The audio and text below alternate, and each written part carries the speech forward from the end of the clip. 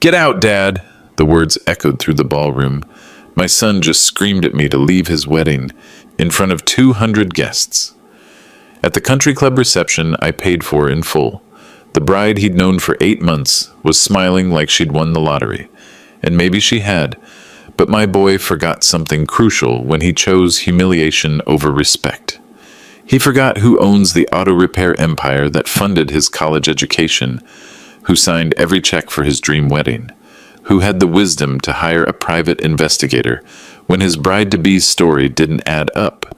My name is Leonardo Johnson, Leo to everyone who matters, and that manila envelope in my jacket pocket contained 47 pages of truth about Victoria Sterling, including photos of her 2 previous weddings to 2 different men, both divorced within months. Both walked away much poorer. Connor thought he was getting rid of his embarrassing old man. Instead, he was about to learn why you never bite the hand that feeds you. If you're watching this, please subscribe and let me know where you are watching from. This is what happened when I decided respect goes both ways. Let me paint you a picture of how this all started. March 15th, 2024. Connor calls me up, voice practically vibrating with excitement. "Dad, I'm engaged," he says. "Victoria said yes." Now, I'd met Victoria Sterling exactly 3 times. Pretty girl, sure. Spoke with that careful pronunciation that comes from expensive schools. Always looked at my hands like she was calculating how much soap it would take to clean them. But Connor was happy. And after losing his mother to cancer when he was 12, seeing my boy smile like that, worth any price. "That's wonderful, son," I told him. "When do I get to meet her family?" "Actually, Dad, we need to talk about that." First red flag. Connor drives over to my house that evening. Same house where I raised him, same kitchen table where he did his homework while I balanced the books for Johnson's auto repair. 3 locations now, started with just me and a wrench in a rented garage. "Victoria's parents are particular," he begins. "Her dad owns Sterling Financial Group. They're used to a certain kind of people." "What kind is that?" Connor won't meet my eyes. "Well-educated, professional, you know." I know exactly what he means, but I want to hear him say it. I don't follow. "Dad, you're amazing at what you do, but Victoria's family moves in different circles. They might not understand the auto repair business." There it is. 20 years of building something from nothing, and my own son thinks it's embarrassing. "So what are you suggesting?" "Maybe we tell them you're retired from business consulting?" Nothing dishonest. "You do consult for other repair shops." "I consult maybe twice a year, usually helping old friends with their books." "Connor, are you ashamed of what I do?" "Of course not. It's just Victoria's world is complicated. Her parents have expectations." Second red flag. But love makes fools of us all. Over the next month, Connor starts changing. Little things at first. He stops bringing Victoria by the shop when they're in town. Used to love showing off the hydraulic lifts, the diagnostic equipment I'd invested in. Now he makes excuses. "Victoria's allergic to motor oil smell," he says. "We're meeting her parents for dinner. Can't show up smelling like brake fluid." You understand, right, Dad? I understand plenty. I understand that my son is learning to be ashamed of the man who raised him. The dinner with Victoria's parents confirms everything. Oak Hill Country Club. Same place they'll later hold the wedding. Victoria's father, Charles Sterling, has that handshake that's firm without being calloused. Her mother, Patricia, smiles with her mouth, but not her eyes. "So, Leo," Charles says, "Connor tells us you're retired from consulting." I catch my son's eyes across the table. He gives me the slightest shake of his head. "That's right," I lie. "What kind of consulting?" Patricia asks. Connor jumps in. "Dad worked with small businesses, operations management." True enough, if you count managing oil changes and transmission rebuilds as operations management. Victoria touches Connor's hand. "It's so nice that you can be here for the wedding planning, Mr. Johnson. Having all that free time must be wonderful." Free time. Like I don't wake up at 6 every morning to run 3 shops that employ 28 people. But I nod, I smile. I play along with my son's shame. The real kick in the teeth comes when Connor starts talking wedding budget. He's sitting in my living room, Victoria beside him on the couch where he used to watch cartoons. We're thinking something elegant, Victoria says. Nothing too expensive, of course. What's your budget? I ask. Connor shifts uncomfortably. Well, that's what we wanted to discuss. Victoria's parents are helping with some costs, but we're hoping you might contribute, Victoria finishes, as father of the groom. How much were you thinking? Connor can't look at me. Maybe 70, 80,000? $80,000. More than most people make in a year. But I see the hope in my son's eyes. I think about his mother, how proud she'd be to see him married. I'll cover it, I say. Victoria's smile is radiant. Oh, Mr. Johnson, thank you. This means we can have the wedding at Oak Hill. Connor's told me so much about your consulting business.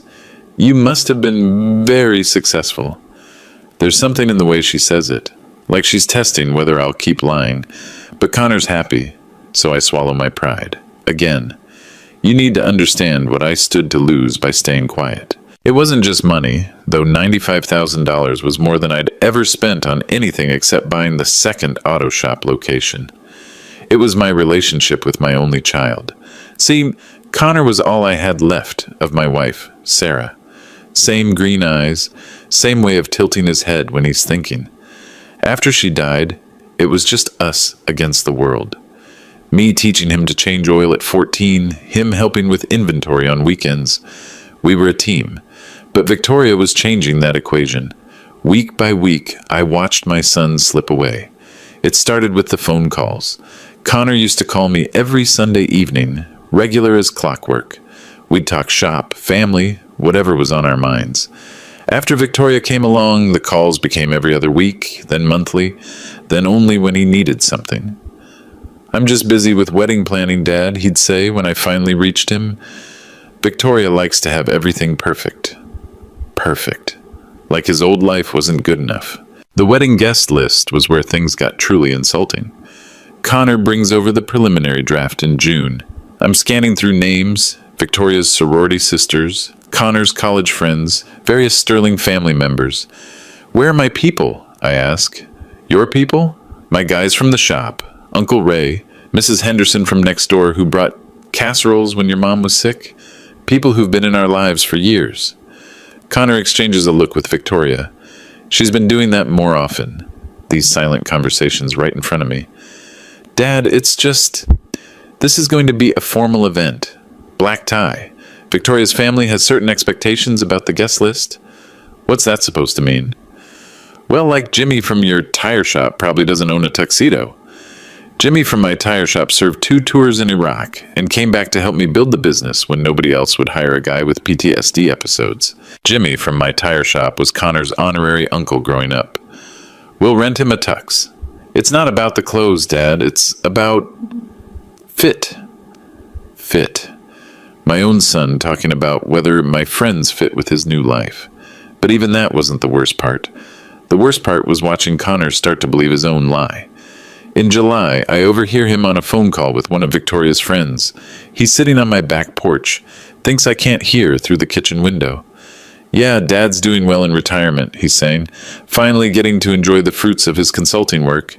He was always so busy when I was growing up, traveling between client sites.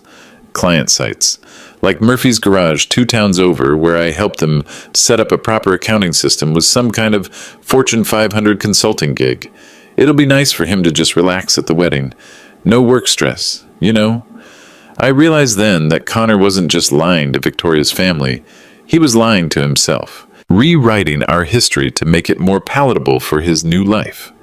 The final straw came in August. Victoria mentions, casual as you please, that after the wedding they're thinking of moving to Chicago. Connor's been offered a position at Victoria's father's financial firm. It's a great opportunity, Connor explains later. Real career advancement. Victoria thinks it would be good for us to start fresh somewhere new. Start fresh. Translation, get away from his embarrassing blue-collar father. What about visits? I ask. Of course we'll visit. Holidays, maybe summer vacations? Maybe. The word hangs in the air like exhaust fumes. I realized then what I was really facing. Not just humiliation at a wedding. Not just throwing away $95,000. I was looking at losing my son permanently, becoming a dirty secret he'd trot out twice a year, if I was lucky. Unless I did something about it. That's when I called Sarah Bennett. Sarah Bennett ran Bennett Investigations out of a small office downtown. I'd met her 3 years back when she brought her Honda in for transmission work. Couldn't afford the repair cost up front, so I let her pay in installments. Found out later she was going through a messy divorce. Husband hiding assets. "You did right by me when I needed it," she told me over coffee in August. "What do you need to know about this girl?" "Everything." 2 weeks later, Sarah called. "Can you come to my office? Bring coffee. You're going to need it." The file she handed me was 47 pages thick. Victoria Sterling had a history. "Your future daughter-in-law has been married twice before," Sarah said, spreading photos across her desk. "Howard Phillips, June 2019, investment banker, divorced her December the same year, settlement netted her $340,000. My hands were steady as I looked at the wedding photos.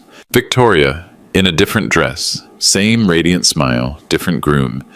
Marriage number 2 was James Wright, March 2021. Construction contractor, owned a successful concrete business. Divorced August 2021. Settlement was $180,000. "Let me guess," I said. "She targeted men with money but low self-esteem." Sarah nodded. Both previous husbands were recent widowers. Both had adult children who tried to warn them. Both ignored the warnings because Victoria made them feel young again. And Connor? Follows the pattern. Single father, successful but insecure about his social status. Adult child she can manipulate through class insecurity. Sarah pulled out bank records. "She's good at this, Leo. Very good." I stared at the evidence. 2 marriages, 2 divorces, over $500,000 collected. "There's more," Sarah said. "Victoria and Connor have been planning your retirement from their lives. I have email exchanges. They're discussing moving you into Sunset Manor after the wedding." Sunset Manor, the assisted living facility across town where you went when your family was done with you. "I'm 62 years old. I run 3 auto shops." They're building a case that you're becoming forgetful, unreliable. Connor's already been telling Victoria's family that you've been having episodes. My coffee had gone cold. What kind of episodes? Confusion about dates, difficulty managing finances, the usual signs of early cognitive decline. Sarah's voice was gentle but firm. "Victoria specializes in this, Leo. She identifies men with assets and adult children who can be convinced their fathers need protection." The room felt smaller suddenly. "So what's the end game?" "Marriage to Connor gives her legitimacy with your family. Then gradual isolation. You start having more episodes. Connor becomes concerned about your ability to live independently. Eventually, conservatorship. Your business, your assets, everything goes through Connor. And Victoria controls Connor."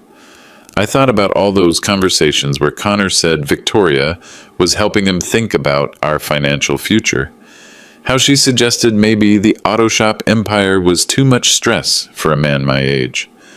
How long do I have? Based on her previous timeline, she'll make her move within 6 months of the wedding. Connor will suggest you need professional care. You'll sign over power of attorney temporarily while you adjust to assisted living. Game over. I drove home in silence, the file sitting on my passenger seat like evidence of my own stupidity. But Connor was coming for dinner that night. First time in months. Victoria was visiting her parents in Connecticut, so it would be just us, like old times. He arrived at 6:30, bringing Chinese takeout from our old favorite place. For a moment, it felt like having my son back.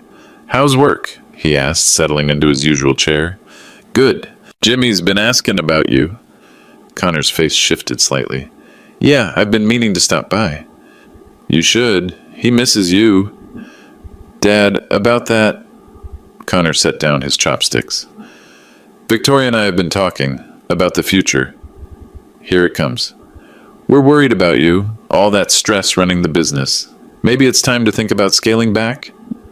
"Scaling back how?" "Well, you're 62. Most guys your age are thinking about retirement. Maybe selling the business, finding something less demanding." I kept my voice level. "I love what I do, Connor. I know, but lately you've seemed scattered. Last week you couldn't remember if you'd locked the shop.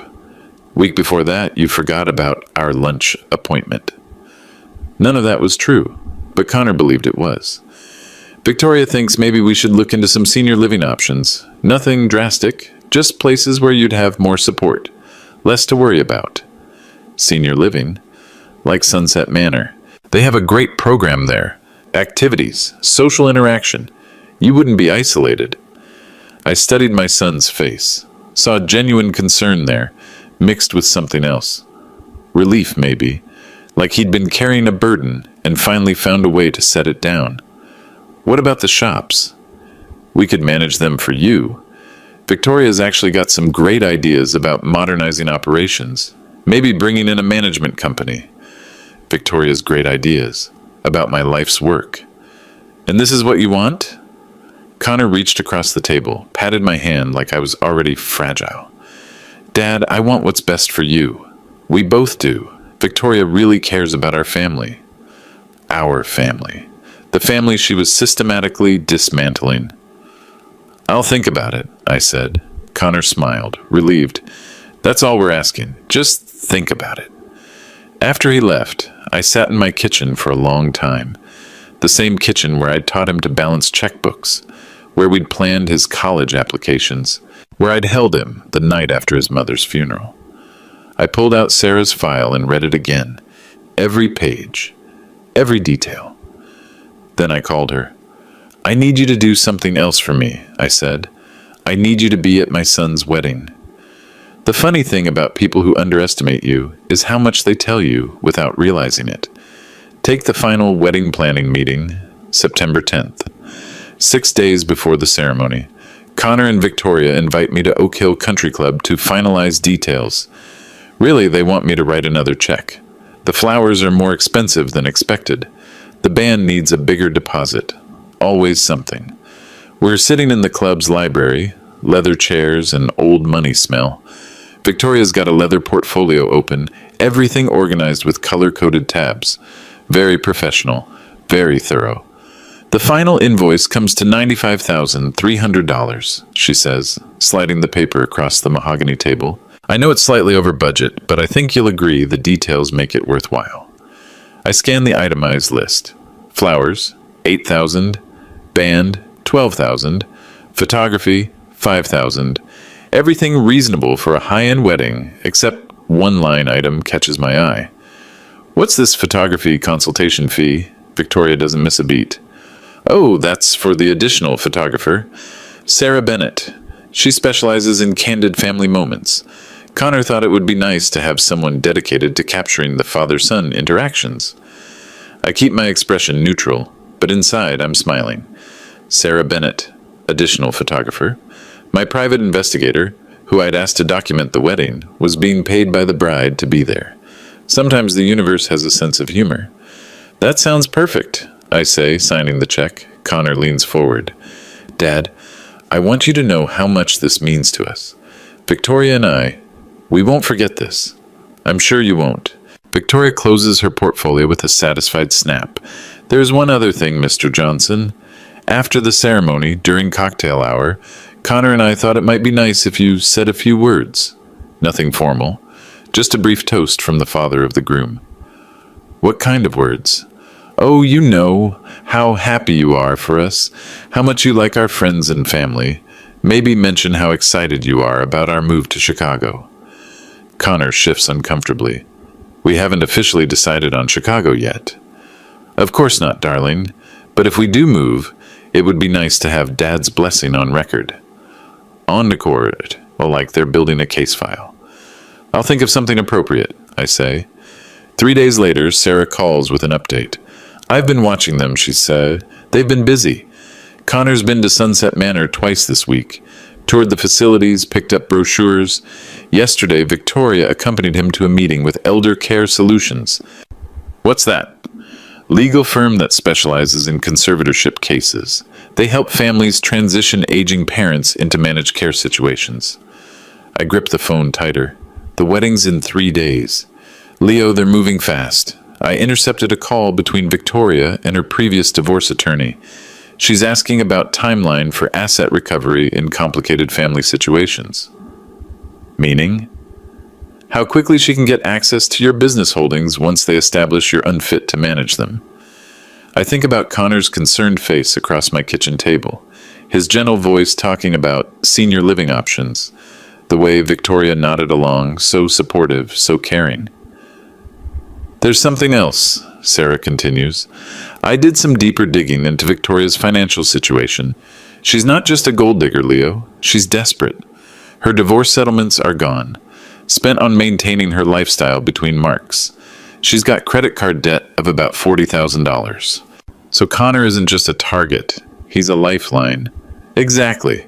If this doesn't work, she's looking at bankruptcy, maybe even fraud charges related to some investment scheme she's been running on the side.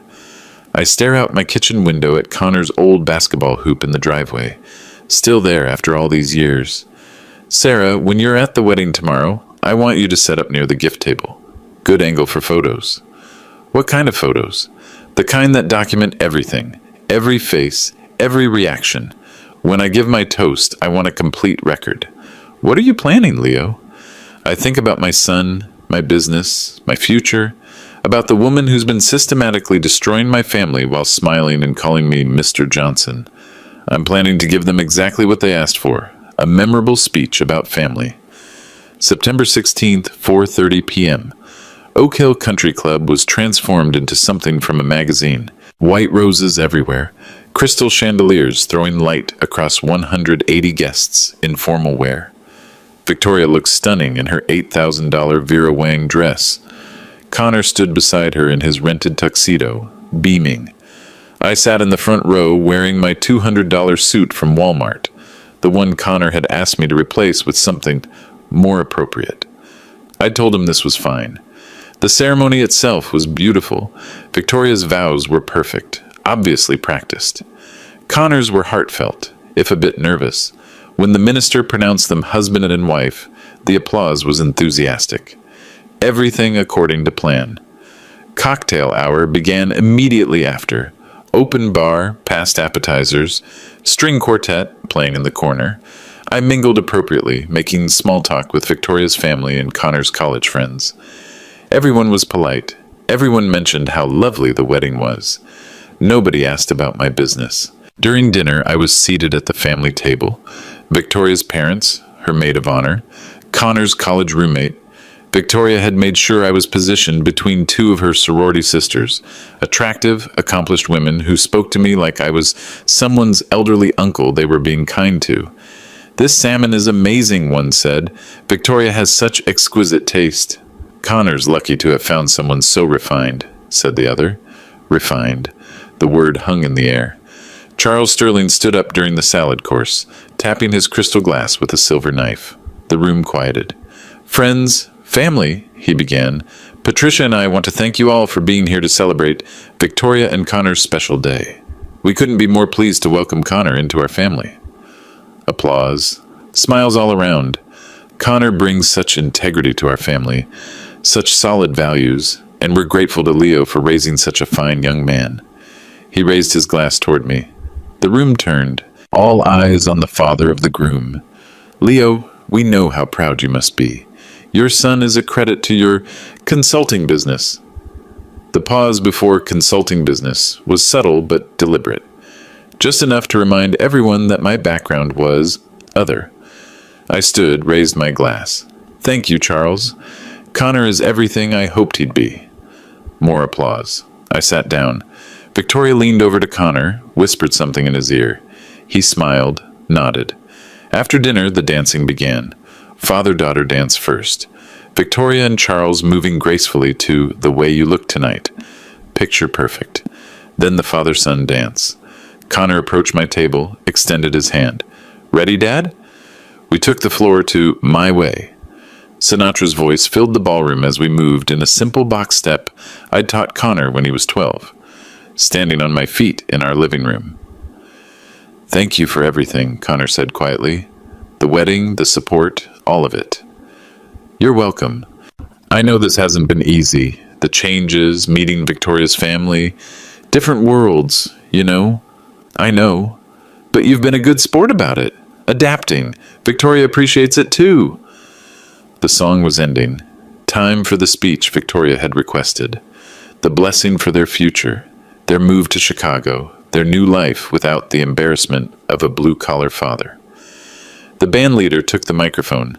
Ladies and gentlemen, the father of the groom would like to say a few words.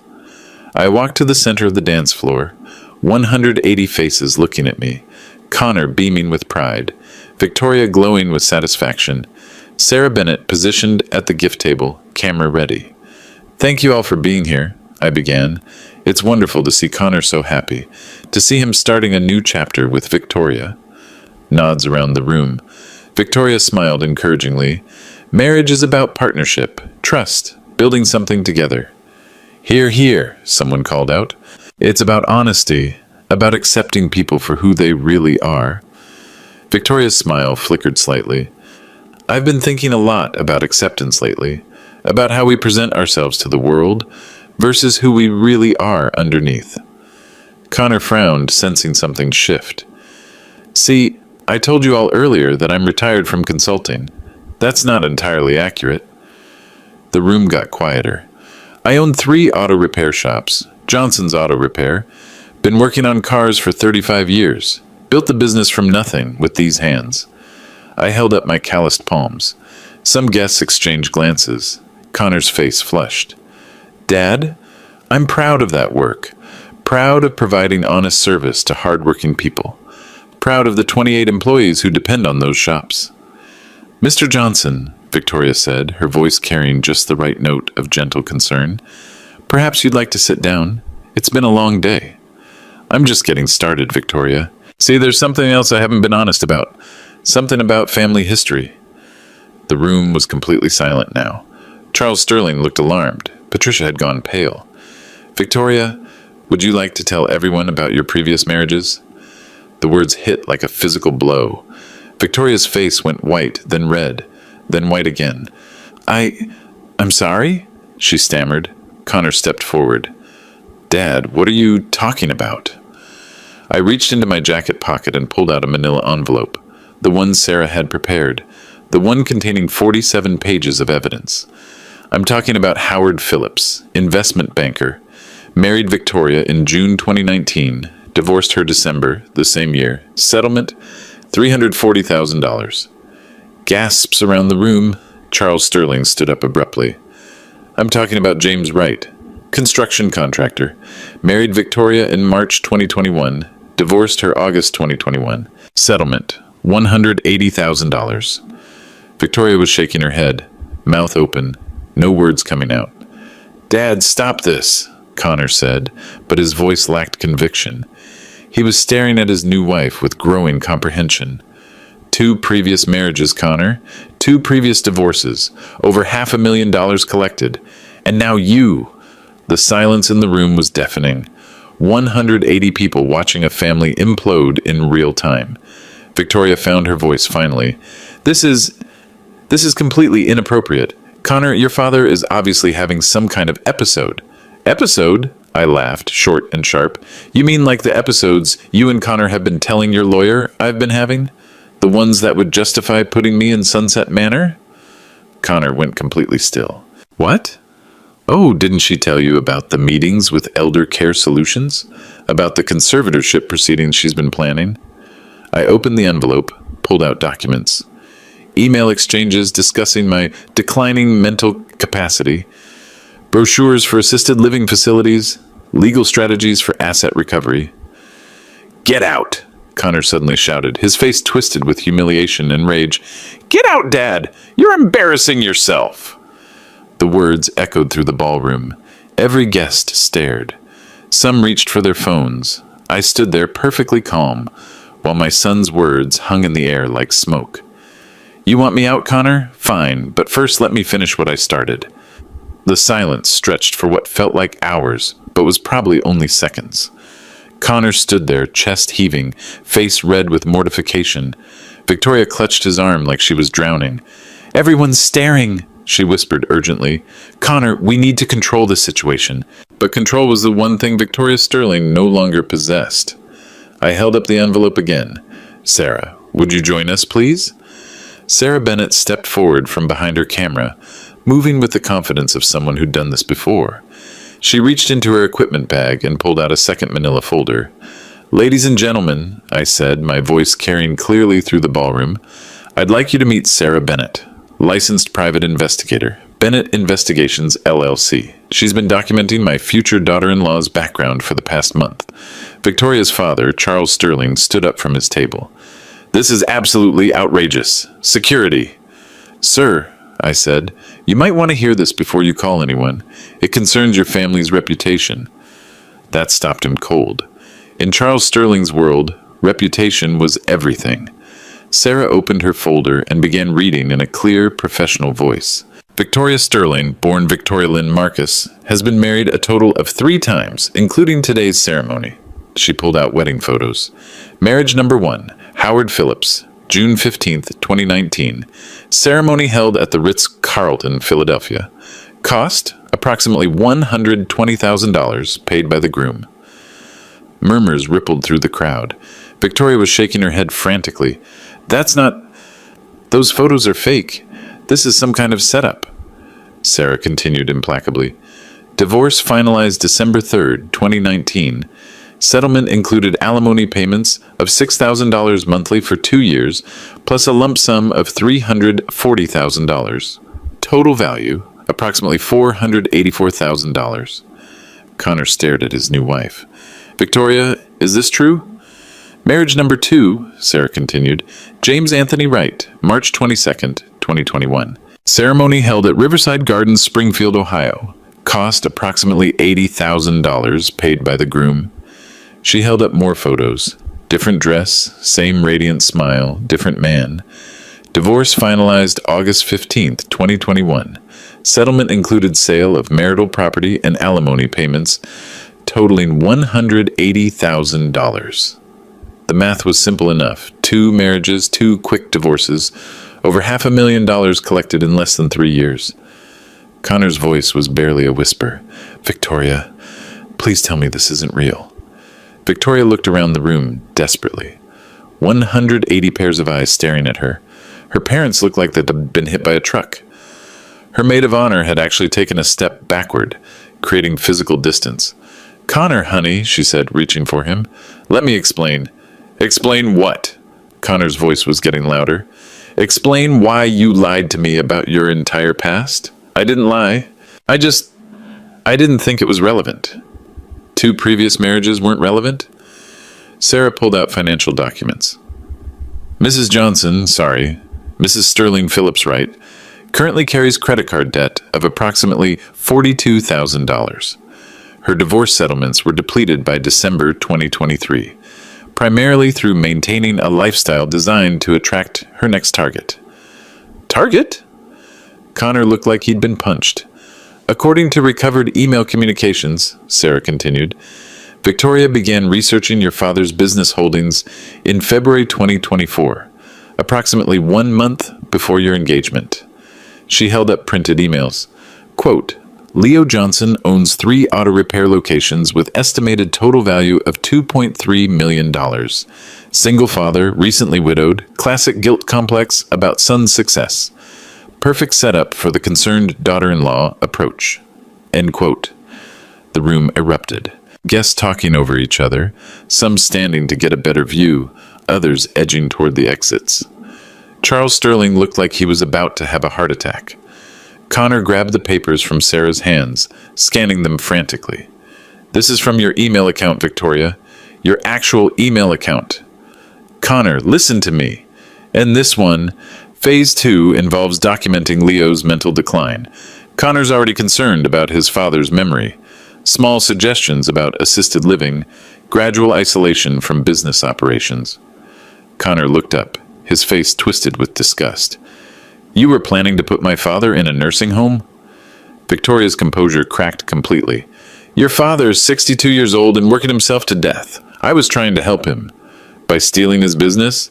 By getting him proper care? You said yourself he's been having episodes. I said he seemed tired sometimes, not that he needed to be locked away. The crowd was pressing closer now, phones out, recording everything. This would be on social media within minutes. Sarah pulled out another document. There's more. Victoria has been corresponding with a contact at Hartwell Investment Group about the potential acquisition of auto repair chains in the Tri-County area, specifically businesses that might become available due to, quote, family succession issues. Connor read over the papers, his face cycling through confusion, anger, and something approaching despair. You already had buyers lined up for my dad's business? Connor, please. How long? Connor's voice was deadly quiet now. How long were you planning this? Victoria looked around the room one more time, searching for a friendly face, an escape route, anything. Finding nothing, her mask finally slipped completely. Fine, she snapped, her carefully modulated voice turning sharp and nasal. You want the truth? Your father is an uneducated grease monkey who got lucky with some auto shops. You're a mediocre accountant with daddy issues and a trust fund. But together, you represented $2.3 million and a clear path to financial security. The words hit Connor like physical blows. Several guests gasped audibly. I've been broke for 8 months, Victoria continued, all pretense gone, living on credit cards and the kindness of strangers. This was my last chance to avoid bankruptcy. Your father's business was the prize, and you were the key. Connor was staring at her like she was a stranger. What about us? What about love? Victoria laughed, harsh and bitter. Love?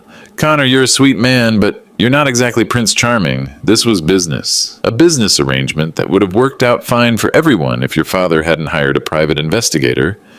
The ballroom was completely silent now. 180 people witnessing the complete destruction of what they'd thought was a fairy tale wedding. Charles Sterling finally found his voice. Victoria, how could you do this to our family? Our reputation? Your reputation? Victoria whirled on her parents. You think I came up with this on my own? Where do you think I learned to target wealthy men? Who taught me that marriage was just another form of business merger? Patricia Sterling had gone completely white. That's enough. Is it? Because I've been watching you do this dance for 20 years. Different men, different strategies, same end goal. At least I'm honest about it. The Sterling family was imploding in real time, their carefully constructed facade crumbling before a room full of witnesses. I stepped forward, my voice cutting through the chaos. Connor. My son turned to me, his eyes wet with tears and humiliation. Connor, I'm sorry you had to learn about Victoria this way, but I'm not sorry I prevented her from destroying our family.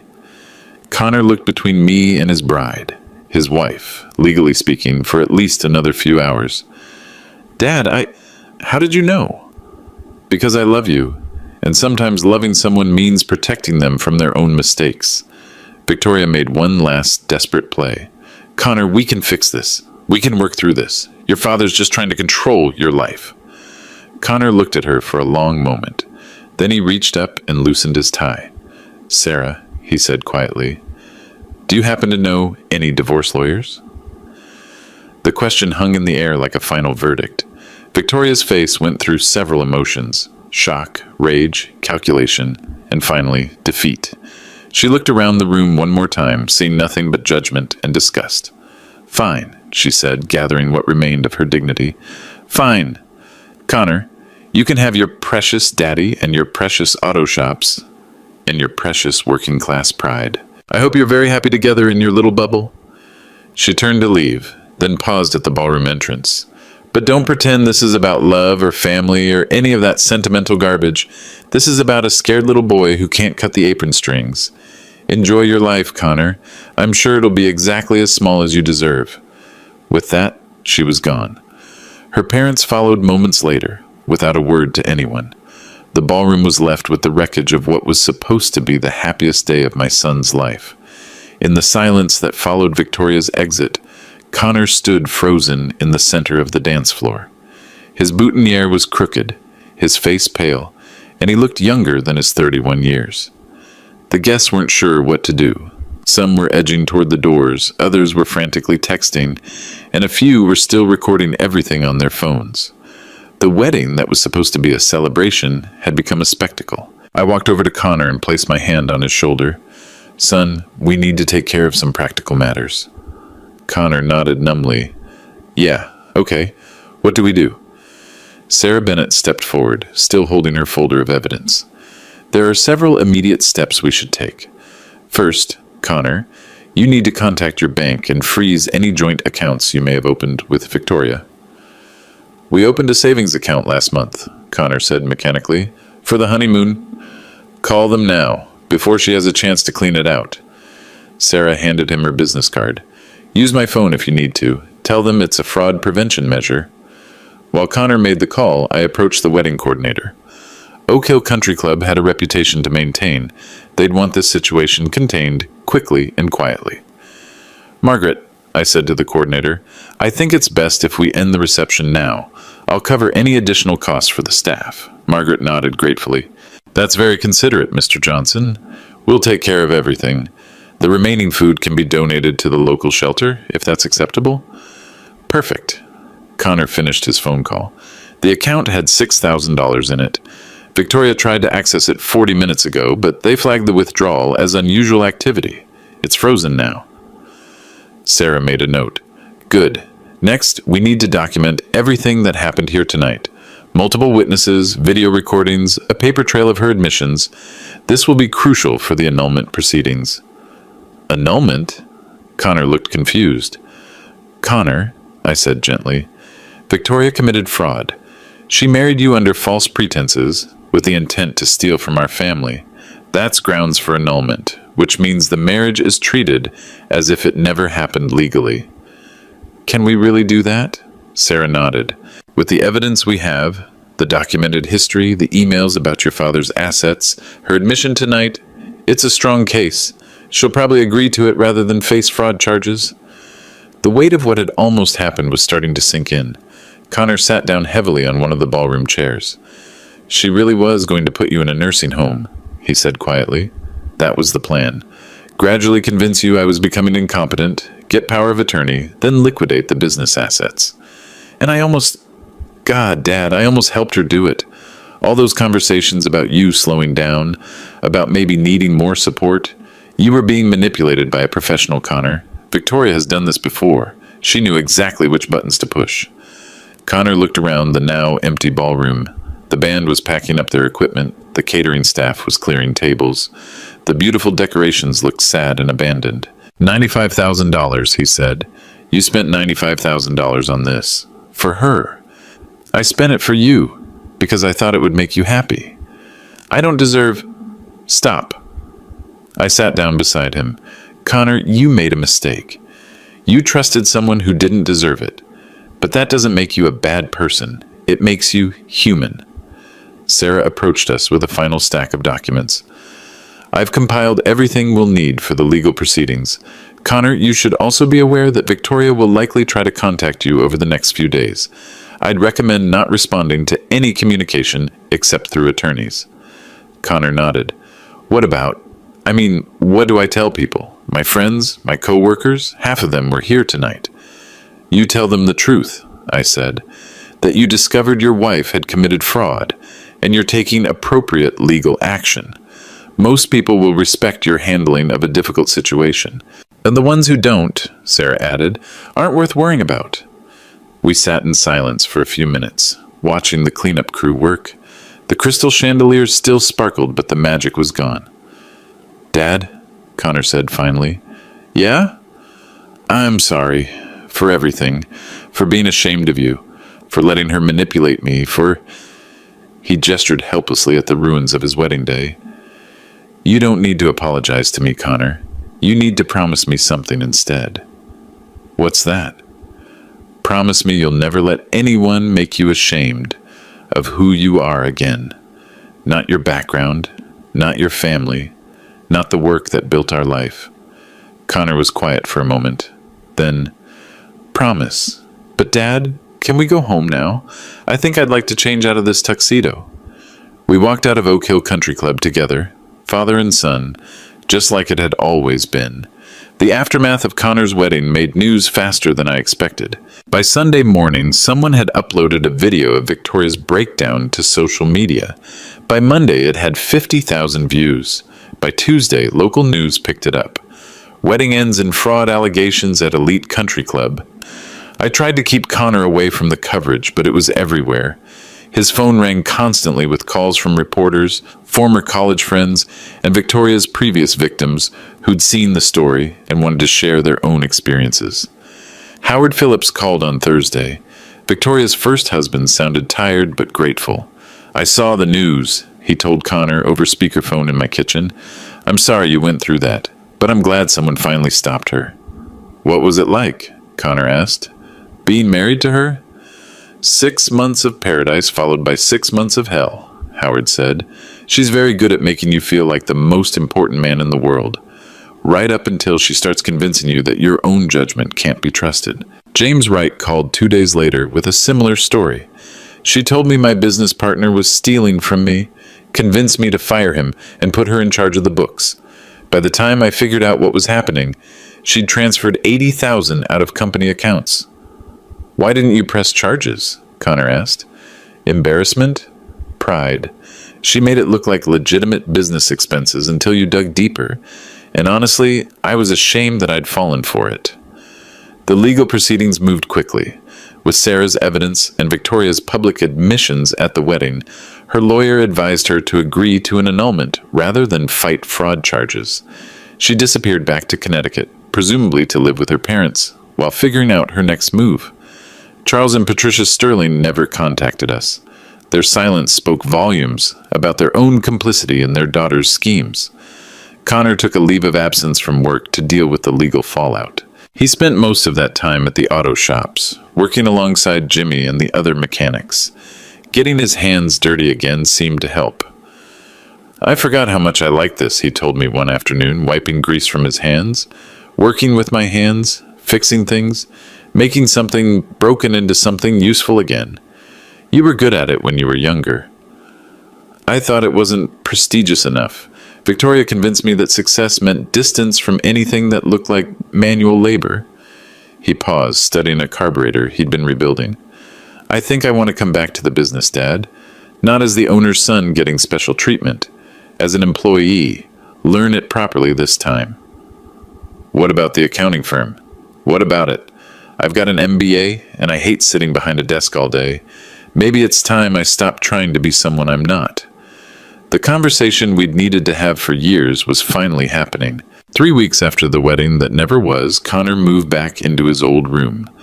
Temporarily, he said, just while he figured things out. But seeing his jacket hanging in the hallway closet again felt like having my family back. The business impact was unexpected but positive. The news coverage brought attention to Johnson's auto repair. People liked the story of the working-class father who'd protected his family from a con artist. We got new customers, including several business owners who wanted to support honest, hard-working people. Connor proved surprisingly good at handling the publicity. He gave one interview to the local paper, speaking honestly about the manipulation and fraud without being bitter or vindictive. "My father taught me that character matters more than class," he said in the article. "I lost sight of that for a while, but I won't make that mistake again." The reporter asked if he regretted the expensive lesson. $95,000 is a lot of money, Connor said. "But learning who I can trust and who I can't? That's priceless."